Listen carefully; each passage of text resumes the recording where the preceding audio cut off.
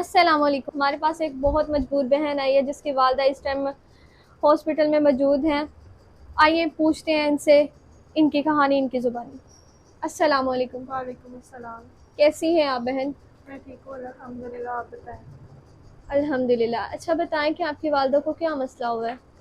میری والدہ میں والد کا انتقال ہو گیا ہے اور میری والدہ لوگوں کے گھروں میں کام کرتی ہیں. میں اور میری چھوٹی بہن ہوتے ہیں، ان کا سرکٹ وغیرہ چلتا ہے ہمارے گھر کا.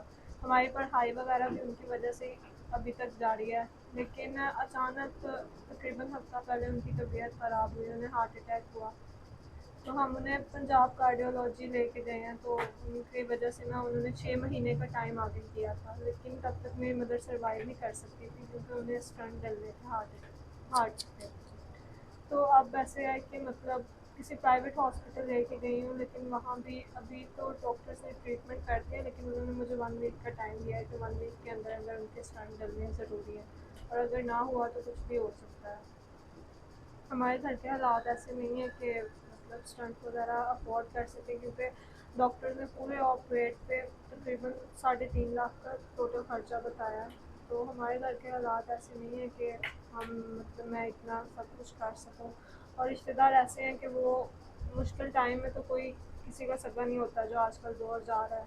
تو نہ کوئی رشتہ دار، نہ کوئی مطلب کوئی بھی نہیں ہے ہمارا. صرف مطلب میری والدہ کے سر پہ ہمارا گھر چلتا تھا، اور اب بالکل ہی جیسے مطلب سمجھ نہیں آ رہا کیا کریں. میری بہن مجھے یہ بتائیں کہ آپ کے والد کی ڈیتھ کب ہوئی اور کیسے ہوئی؟ میرے والد کا انتقال جب میں 16 سال کی عمر میں تھی تب ہوئی. تو میرے والد بس وغیرہ چلاتے تھے، تو ان کا ایکسیڈنٹ ہوا تھا، اس کی وجہ سے ان کا انتقال ہوا. تو اس کے بعد آپ کی کسی نے ہیلپ وغیرہ کی، ریلیٹیو نے یا کسی نے ساتھ وغیرہ نہیں دیا؟ اس کے بعد تو سارے بالکل ایسے جیسے کوئی ہے ہی نہیں مطلب ہمارا.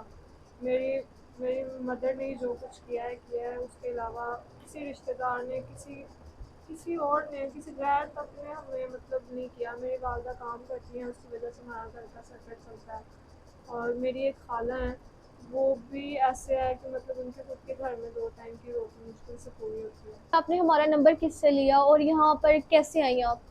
میں نے یوٹیوب پہ آپ کی ویڈیو دیکھی تھی، وہاں سے میں نے آپ سے رابطہ کیا. مجھے امید تھی کہ شاید آپ لوگ میرے لیے کچھ کر لیں، میری کوئی ہیلپ وغیرہ کر دیں اس سلسلے میں، کیونکہ اس کے علاوہ تو اور مجھے کوئی راستہ نظر نہیں آتا. اچھا چلے میری بہن، ہم آپ کی والدہ کا علاج بھی ضرور کروائیں گے، ٹھیک ہے؟ آپ کو سارا جو ہے وہ خرچہ وغیرہ بھی دلوائیں گے.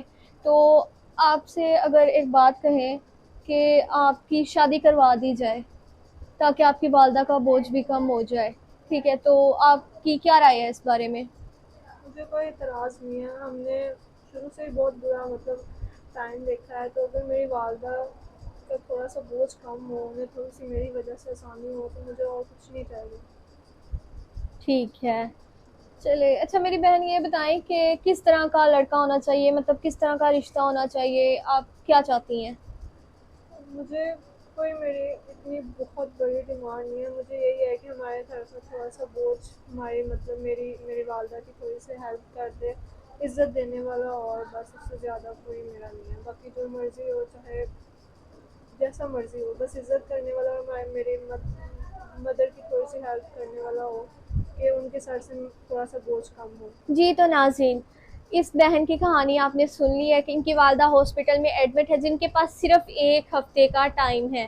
تو تقریباً ان کا خرچہ جو ہے وہ 3.5 لاکھ آتا ہے. کوئی اس بہن کی مدد کر دے تاکہ وہ اپنی والدہ کو بچا سکے.